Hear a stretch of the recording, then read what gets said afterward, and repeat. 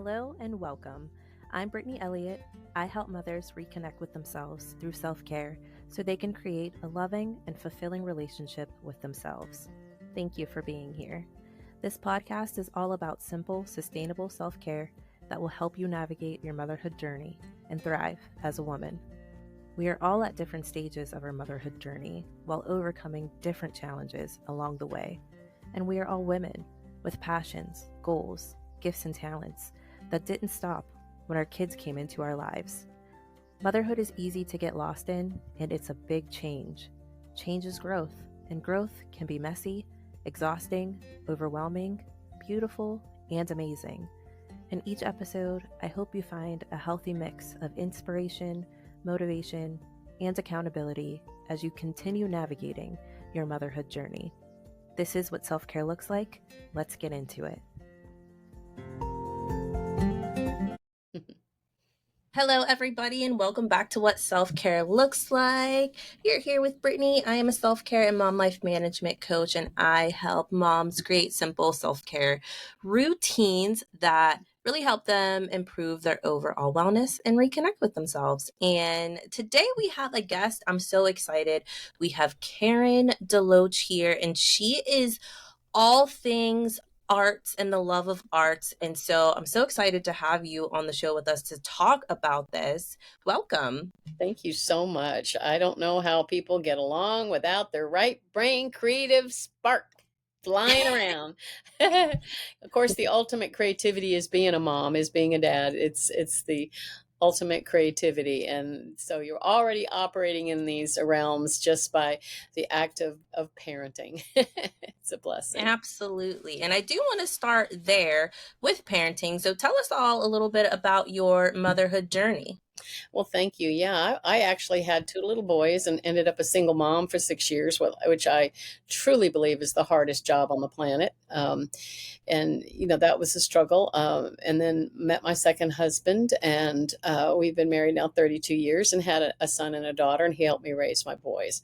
So we raised 3 sons and a daughter and ended up homeschooling them, which was quite an adventure. I'm an artist and an art teacher and filmmaker and actor. So we stayed in the creative world, and my children are all studio babies. But I understand having to work and homeschool and parent. It's wearing a lot of hats at the same time. And I know the scripture that says he tenderly watches over those with young kept me in good stead many, many a day. I can only get my prayer time in while I'm doing dishes or chauffeuring somebody along the way. And I couldn't do without my divine connections. Yeah, and thank you so much for sharing that. And it's so funny because we talked about, even before we started recording for our listeners, just, about my daughter, and I'm doing this. I work full time, and then I come home and I'm, doing things for my business and hosting great guests on the podcast. And then still amongst all that, momming, right? And, right on cue, my daughter comes in. And I just think that we live in such a space where it's so nice to be able to show up in motherhood and show up in other things. And I think it's so great that your children got to see you and be with you, and you were able to, homeschool. I think that's so beautiful that you had the opportunity to do that. And with creativity, like intellectual wellness is one of the 5 wellness pillars that make up the foundation of Back to You in 5. And I think that it's really the most overlooked because with art and creativity, intellectual wellness is recognizing your creative abilities and finding ways to expand your knowledge and skills. And you've created this space when you're using intellectual wellness as a healing practice. So how did you discover the healing power of art? Thank you so much for asking that, because, as an artist myself, I've experienced it personally. And, I'm not a scientist, so I didn't know the science behind it. But then I started seeing things happen for students, and I've taught all ages. And I'll just tell a couple stories if that's okay. One young man grew up in my studio. He was brought to me because he was ADHD, he had dyslexia, and quite frankly, he was very depressed. He was not thriving in academics. And his mom brought him to the studio, and he thrived. He, especially with sculpture, but he loved painting and drawing and batik. And like I did with a lot of my students, I entered their work in youth art competitions, and he started winning ribbons. Well, this success gave him confidence in his life that enabled him to really be able to overcome his mental infirmities in order to graduate from high school, which was really a huge accomplishment for him. And at the same time, I entered his beautiful batik he had done in the studio that won not just his age group, but won best in show in this big competition in the low country of South Carolina. And he even won money from it, and was celebrating that victory when unfortunately he got an infection that went to his brain and caused a stroke. And so here he was, 18 years old, paralyzed on the right side of his body. They weren't sure he would even live. And he spent 4 months in the hospital getting therapy. They had to replace his skull. He has a plastic skull. And when he got out of the hospital, he still couldn't talk. He could barely drag his right side to walk with a walker. And as they were trying to keep his right hand from curling up.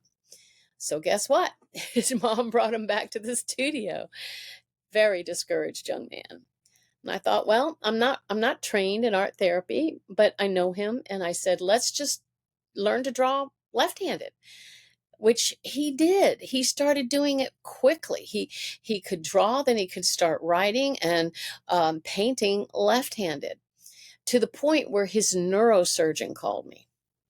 And he said, I've never called anybody's art teacher before. What are you doing with David? Because not only is he stronger in his weak hand than I am, and I'm a surgeon, but he's getting healing on the right side of his body. Well, obviously, I was extremely excited to hear that, but I said, I don't know. I'm just teaching him, how to draw and write left-handed. And he said, don't stop, because he is having incredible results. Well, that set me on a journey to kind of discover some of the science behind the brain, as you're talking about, intellectual intelligence. And we hear things about the left brain, right brain, but the truth is there's still so much they don't understand about the brain. But it seems that all these years David was taking art, he was building neural connections between left brain, right brain. And now, because of his damage he had sustained to his brain was using its natural plasticity and those already formed connections to help him find new pathways to be able to talk again and walk again. And you see him now, and you wouldn't even know this young man not very long ago couldn't even talk or walk. It's beautiful to see. He's got his sense of humor completely intact. I'm still very close to his family, because they are, obviously they did all the medical things, but they're convinced that the power of art brought healing to his mind and to his emotions, that he got this, again, victory in his life, that now he could start communicating again. So there is a beautiful connection between, mind and soul and spirit and body that is just beautiful when you see it happening. And so I'm privileged to see the power of art to bring miraculous healing. And that's just one of my stories. Yeah. An older woman who, when parents would bring their kids to my studio, I would have them do art with us. It's discovered talent in very, very many people. And this particular woman was fantastic in sculpture, and I knew that. And then she was diagnosed with breast cancer. She was given a fatal diagnosis, believe it or not, was given 6 months to live. And as a result, she was depressed. She was doing the radiations, the chemo and surgeries. And I had a big art show that I was preparing for in 9 months. It was a whole room installation called Taste and See Sweet Shop. And so I said, Jan, come and join me in the studio and help me make all these hundreds of pieces. We're going to make cakes and cookies and cupcakes and decorate these candies, and you can help me. And she's like, Karen, I don't even know if I'm going to be here in 9 months. And I said, look, you'll leave a legacy, if nothing else. Plus, I wasn't convinced she wasn't going to be there. And sure enough, 9 months later, we put on this amazing show. And not only was she there, she worked the show with me those 17 days of that show, and got into remission. And now I'm happy to say is actually cancer free. And again, she is convinced that art and the ability to focus on something beautiful and something constructive distracted her from her circumstances, had her focus on something besides the way her body was feeling and all the changes that were going on physically, and saved her life, helped save her life. And so I've read a bunch of studies now and followed research, and it makes me more and more grateful and excited to be sharing the news about you are creative. Every one of you is creative. Half your brain is devoted to creativity. And I love to see it stirred up in all you moms and adults. That's beautiful. And so, how do you share in a practical way, like in your everyday life? How do you share the healing power of art with others? Well, it's really so simple. It's so much easier than you can imagine. Okay, let me ask you a personal question. Do you like to sing? I do. Do you sing in the shower or in the car? I do. Guess what? They have done studies that have proven the healing power and the connective power of singing in the shower. Okay, so there you are, right? Picture it. You're scrub-a-dub-dubbing, doing your thing, washing your hair, whatever, and you're singing along. You're not thinking about anything. You're not trying to solve problems. You're letting that left brain analytical memorization, orderly, timely side of your brain rest as you just do your business. But you're singing, you're distracted, you're happy. You get out, you feel good because you've just been releasing all this serotonin, which is the happiness chemical. And all of a sudden, an idea comes to you. I didn't think about this, or I hadn't thought about it that way before, or here's something I hadn't thought of to write, or to say, or to speak, or to share. And those are those beautiful left brain, right brain neural connections happening when you're not even trying. And so I say sing, sing, sing, and enjoy your life in the arts in very easy ways that does develop and bring healing, restoration. It helps against brain fog. And they've even done studies with people having memory issues, that creativity helps them get restoration in these things. So it is just beautiful. I don't think we've even begun to see and explore the ultimate beautiful miraculous power of the arts. And so every one of us has that potential. And here's one key.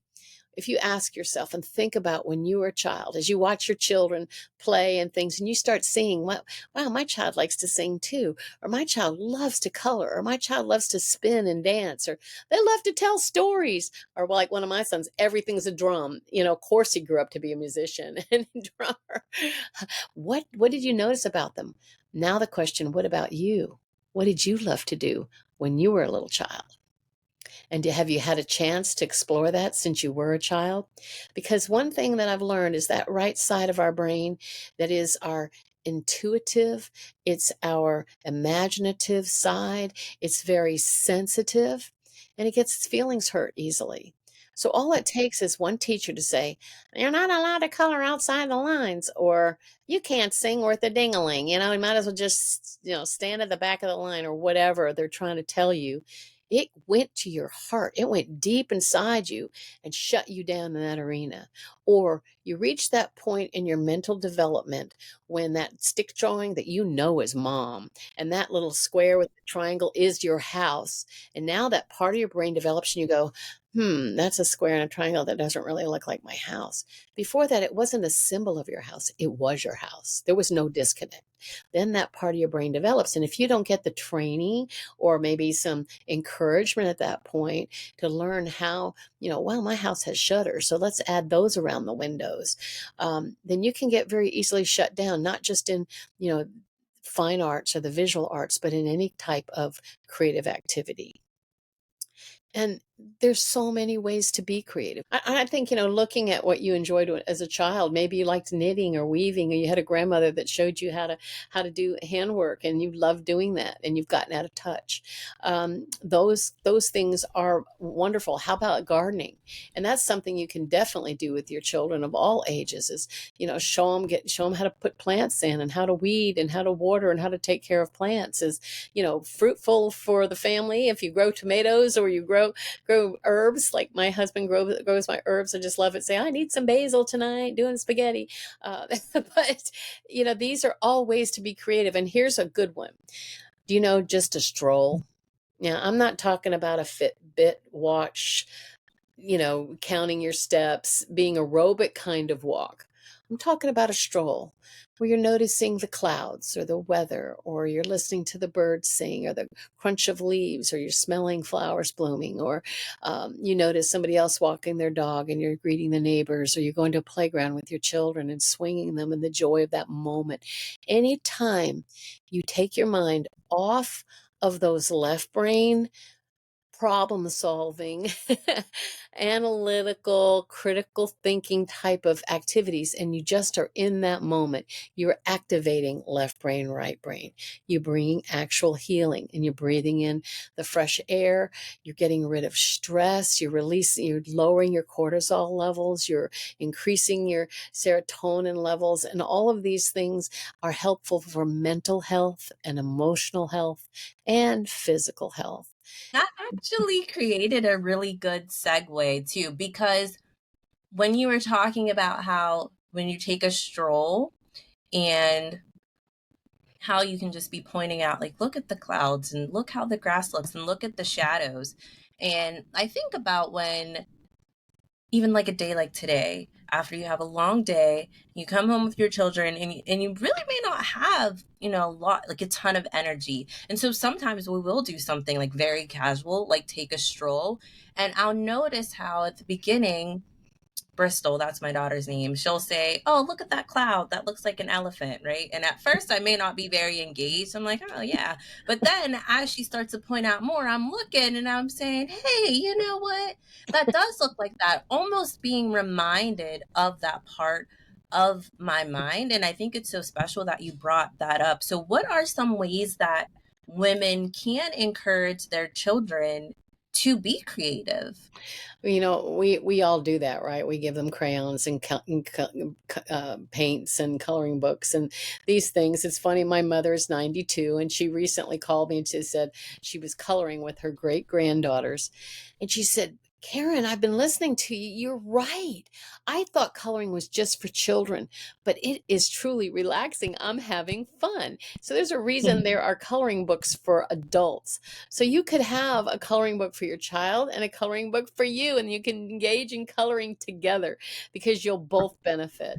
The arts are really so wide open and happen in so many ways. We have drums, and my husband's a musician. My sons are musicians. We have drums in every room. I even brought them back from Uganda when I was in Uganda. The little drum could fit in my suitcase because whatever age people are, we're gonna have a worship service. We have worship services in our house, Imagine gatherings, and it's not too young to start them banging on drums and singing a loud song. And and if you can, as moms, and this is really important, whatever efforts they're making, it's not a time to be critical. I call it, we create a safe, no criticism zone. So if they color outside the lines, guess what? Oh, well, they color outside the lines. So if they want to make a face purple, let them make a face purple. I teach my students, we're not really black and white. That's all a lie. We're so much closer than you think. We're shades of tans and browns and creams. We're not black and white. That makes it seem so much more separated than you realize. Everybody's got multiple colors all over them. We've got 10 different fingerprints, all 7.5 billion of us on the planet. We come from this creator who made us in his image, and we are ultimately all creatives. And there are multitudes of ways. And I'd like to give your listeners a free gift, www.getcreativewithkaren.com, where you can register for a free 3-part podcast where I go into all kinds of ways that you can personally be creative. I give you some assignments like we talked about with doing a stroll. And as I read the science, 15-20 minutes a day is all you need to engage to, raise your emotional level. We talk about healing, releases stress. It helps you focus, get over brain fog. It can even release that fatigue when man, I got to have the energy now to make supper, or I have to, have energy to get the kids in the tub, or finish up some projects before I when I just go to bed. And that little walk can help do that, or just doing a creative activity, or putting on some music and having a sing along. One of my little daughters, when she was about your daughter's age, her favorite thing was we got her for Christmas was like a karaoke machine where she could sing Mhm. along. And talent, it's funny, the benefits are not tied into talent. It's desire. It's the desire. It's not how good at it we are. And we're so used to being product oriented that when I teach Mm. drawing, my students at first can't even look at the paper. They have to look at what we're drawing. They can't look at their paper because it's not about the product. It's about the process and what's going on in the mind and the brain and what they're learning and observing. And that focus is engaging that left brain, right brain, because it's not a competition. We have a school system that really can measure more easily left brain skills, memorization and order and timeliness. These are easy left brain skills, and our culture really stresses those, and a lot of people end up with jobs that are more about numbers and order, and there's nothing wrong with that. But they tend to trivialize, or worse, the right brain skills, which are harder to measure, but they are so important to encourage. And I know when I went to school, I was discouraged. I loved to draw, and had really good drawing skills, but I decided to major in painting. And I went to all these painting teachers, and they came to the same conclusion. They used 4-letter words to describe my painting. I wanted to paint people and places in an abstract expressionist era. They wanted me to go deeper. I was 19. My family was falling apart. I didn't know what I had to say. I didn't even know who I was. What deep thing was I going to tell them? I didn't know how. I just wanted to paint people. I wanted to paint beauty. And they just did not like my work. And they convinced me I could not paint. So for 10 years, I couldn't Mhm. finish a painting. I went into the sculpture and ceramics for graduate school, which I still love and still do. But I wanted to paint. I started having these beautiful baby boys. I wanted to paint them, and I couldn't finish a painting. And I didn't even consciously understand that their words went deep into my soul and caused a wound to my right brain that said, you can't paint. And I was fighting that criticism when I tried to paint. But then, praise God, I had a mentor come across my path, and I was able to take his courses as he really taught me how to paint. He helped me develop the skills Mhm. that I needed to do the kind of art that I wanted to do. And as a result, I became 100% better as a painter. I got over my negative mindsets, and I also became a better teacher because I thoroughly believe I have a how to draw book, how to paint book, that I teach people the fundamentals, and then you can do with them whatever is in your heart for expression. So yes, my specialty is the visual arts, but I believe with all my heart that everybody is a creative. And listen to my pop-up podcast, get some ideas on how you can engage your own creativity, because it's worth it mentally, emotionally, and physically. You can find that power of healing for your own life and your children and families' lives. That's wonderful. And I have found too, with letting creativity in more, like how much more dynamic my relationship is with my daughter. Like even before this, I had very short amount of time between, work day and then doing this. And as soon as I got home, she immediately said, "Can we go outside?" I'm like, "Yeah, absolutely. It's a beautiful day. We go outside." And then by the end of all the activities we were doing outside, playing with the ball, running around, we just played some music and then started dancing. And then, she would lead and then I would, follow that. And then I would lead and she would follow. And it's just like, how great is that to make memories where we're just being just free spirited and being creative, and us not saying, this is where your hands should be, this is where your eyes need to look. And so that was really nice. And to see her now coming in to get markers so that she could color. And those adult coloring books at first were very overwhelming for me. But I was like, oh, I have to, because I'm thinking, oh, I have to color in the lines, and oh my gosh. But then I start coloring, and she comes and sits with me, and it's like, okay, well, what color would you like to do here? And so there's this collaboration, and I've learned how much she's capable of and how creative she is by me allowing her to see me being creative. So do you feel like it has to go really, like, not has to go, but it's helpful when it goes both ways? If your child is being creative, you should let them see you doing something creative as well, to encourage them to keep going. Absolutely. Nobody knows your children better than you do. You're the experts on your individual children. And it's easy to tell if you have more than one, they're all different, right? Even with the same parents. But with being an artist and musicians and writers, we didn't have any nuclear scientist kids. That's just the truth. But if we did, we would still be teaching them how to be creative, because inventiveness and invention, and imagination is right brain. And even Steve Jobs said Apple is not just about technology; it's a marriage dance between technology and science. And I mean technology and the arts. So creativity, even Albert Einstein said the imagination is intelligence having fun. And Mm. fun Wow. is an important part of life. And we forget sometimes in our busy lists of all the things we have to do that we need to have fun every day.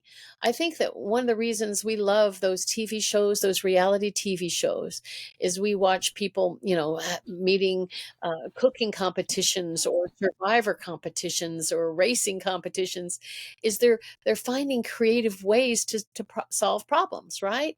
And the ones who figure out the best way to do it win. And that's that beautiful combination of left brain, right brain. They're taken out of their comfort zone. They're put into a stressful situation, and they have to figure out a way to get out of it, whatever it is, or use their gifts and skills to problem solve. And these are left brain, right brain skills that we all have, and we all need to develop and encourage. And if maybe sometimes we have to say, I'm so sorry, right brain, you got damaged there, and I won't do that to you anymore. I call it sometimes the paralysis of perfectionism. Says you're just not good enough. It says you can't do that. Mhm. When just do it, have fun, just like you had fun with your daughter dancing. You weren't in a dance competition to see who is better. You were having fun. And that's a good thing to remember. Is life is too serious sometimes. We don't want to put that on our kids, and they are good for us to get us out of our left brain sometimes and into our own right brains. And there is enough differences of kinds of art that you can find something that you love. Yeah. Well, that is beautiful. And I know that I have been enlightened by this conversation, and just really thinking about art and creativity in a different way, because it is all around us. And now I'm going to go into the rest of May and hopefully beyond, thinking about how can I be creative right now, or how can I take in the creativity that's around me, listen to the birds chirping, even, how can I Mhm. sip my coffee and think of something creative to do through that? Because you're correct in saying that a lot of the jobs that people end up in are on the opposite side of the brain, and that can just be exhausting in itself, and we need to kind of balance it out. So I hope that even our listeners are mindful, like, how can you be open to creativity today, right? And see Oh, if you I love really that. have, you have to get the fullness of their nature, because it's part of the fulfillment of us as humans. AI can maybe write the perfect story, or they can make the perfect art, but they can't imbue it with the humanity and the soul of a human being. They will only have facts and figures. They will never replace us with our creative imaginations. So I encourage you to spark that. Remember, what if your child isn't great at math, that you find some other way that they can be great at it. I know my children, 3 out of 4 of them weren't great at math, so we did manipulative math. We learned how to use tools and hand build to create ways to understand these mathematical concepts. So really know your children and what they love, and help stir that up in them. And it doesn't take a lot of money to do it. There's bartering too. If you have something that you do well and you have a friend, I mean, I had so many times I bartered. I'll teach art to your child if you'll teach science to mine, or sign language. Sign language is a great creative skill to learn. Have your children learn, even just the alphabet of the sign language. I never know when they might run into someone who's hearing impaired, and they could be communicating with them, and be so glad they did. My son resisted taking Spanish, which I don't speak, but I made him take Spanish.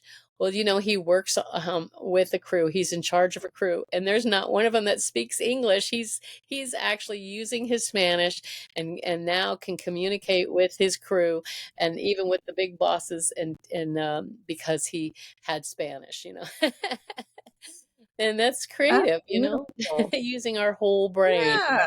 smarter. That is creative. I love that. Well, Karen, let our listeners know where they can connect with you, because I know that they're going to want to get more of your gems and more of your encouragement so that they can really have, some sparks of creativity in their world too. I would love to talk to anybody that just really wants some ideas. I have a program called Art as Self-Therapy, Wellness Through Creativity. And I mentioned before the www.getcreativewithkaren.com, where you can apply for that 3-part free downloadable pop-up podcast that gives more information and gives ways you can make an appointment to connect with me. It has the links on them, and you can we can talk creativity for you and your family. Perfect. Well, thank you so much, Karen, for being here. And to our listeners, I appreciate y'all so much. Until next time, I'll talk to you all soon.